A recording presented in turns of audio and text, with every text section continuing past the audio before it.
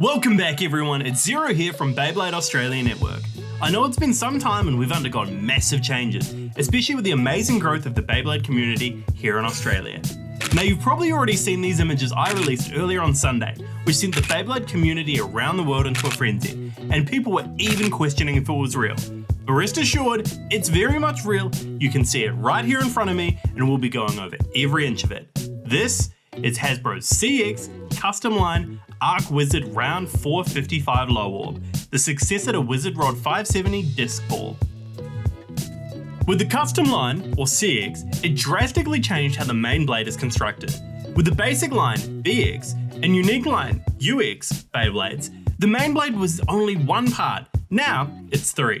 You have the lock chip, the primary blade, and the auxiliary blade, providing a plethora of customization options not available to the BX and UX lines. Thankfully, ratchets and bits have stayed the same, so those parts are still interchangeable. On the front of the box, we got a glimpse of the three new components, and on the back it goes over those parts in more detail. Like its predecessor, Arc Wizard is a stamina-based combo, and the design reflects that with its circular shape and lack of protrusions, with the auxiliary blade following the same design philosophy. The 455 Ratchet and Low Orb bits are new, so it'll be interesting to see how they perform. Let's get into it. The lock chip is one of the three new components introduced in the CX line, where its primary purpose is to lock the primary and auxiliary blades together. Here we have the wizard motif. It looks like it's charging up for a final flash. Pretty neat. As it is now, all lock chips are purely aesthetic, and so you're able to use multiples of the same lock chip in the same deck. Knowing Takara Tomy though, I'm certain in the future that lock chips will have gimmicks. Metal face bolts, anyone?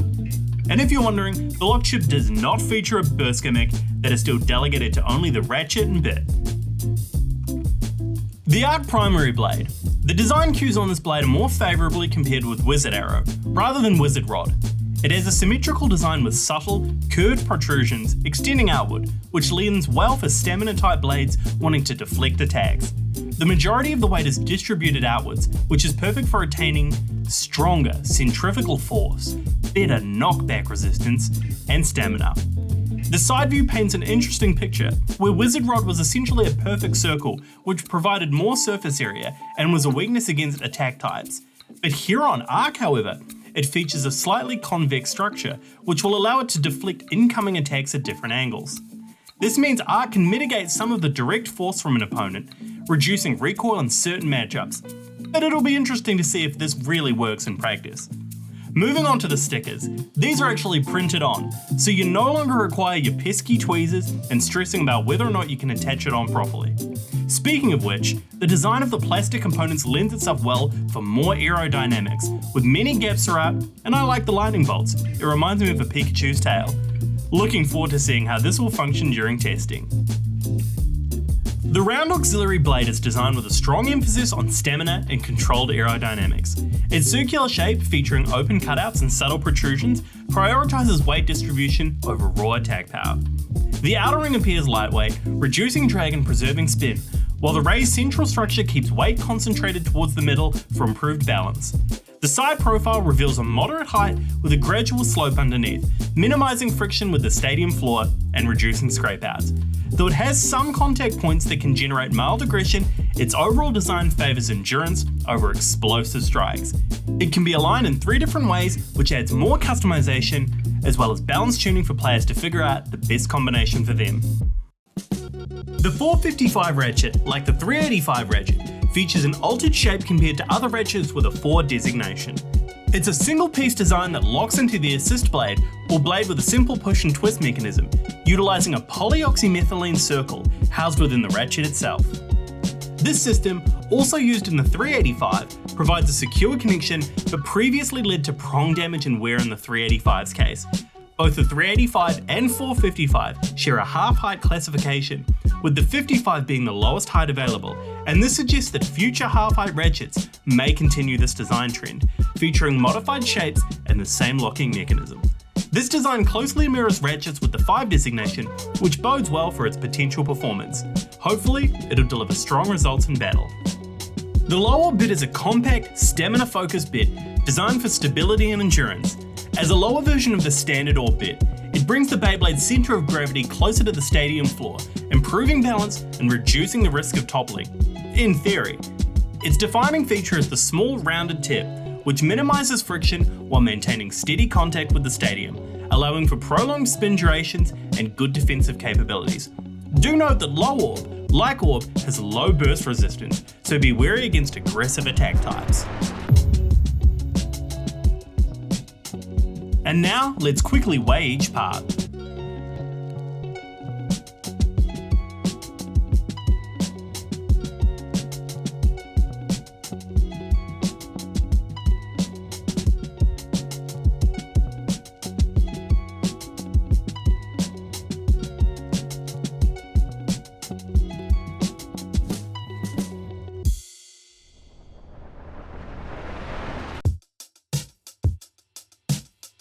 To assemble a CX Beyblade, start by attaching the auxiliary blade to the main blade, ensuring that the two components align securely.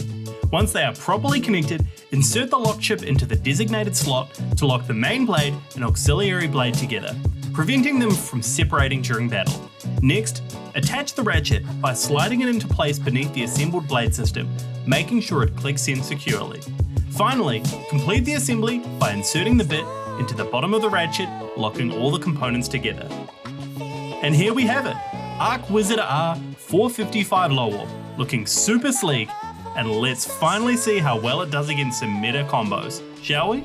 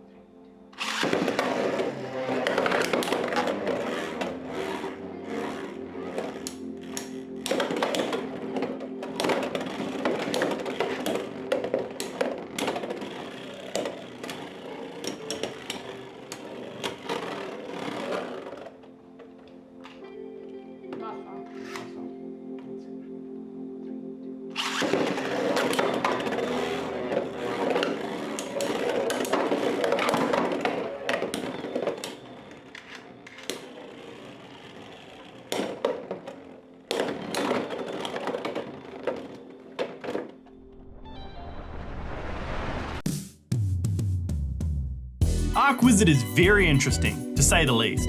As a competitive player, I don't base the performance of a Beyblade on its stock combo. However, Arc's parts are quite competitive, so my initial impressions would be that I wouldn't be using this for stamina. That title still belongs to Wizard Rod. It tends to lose posture quite easily and fails to recover, which makes it easy for attack types to bully it and even win via spin finish at times. The taller height doesn't help in this regard, as taller Beyblades tend to get destabilized, and Arc has shown itself to scrape if tilted due to hard hits. Overall, this does require more testing to see how viable it is, but it is refreshing to see that Takara Tomy aren't making the BX and UX lines obsolete. CX will most definitely start to shine when there are further releases, and I can't wait to see what they have in store in the future. If you'd like to give CX Arc Wizard and the Drop Stadium Battle Set a try, please attend the Game Expo here in Melbourne, Australia from March 22nd to March 23rd. Link in the description. This has been Zero from Beyblade Australia Network, and as always, have a wonderful day and see you again.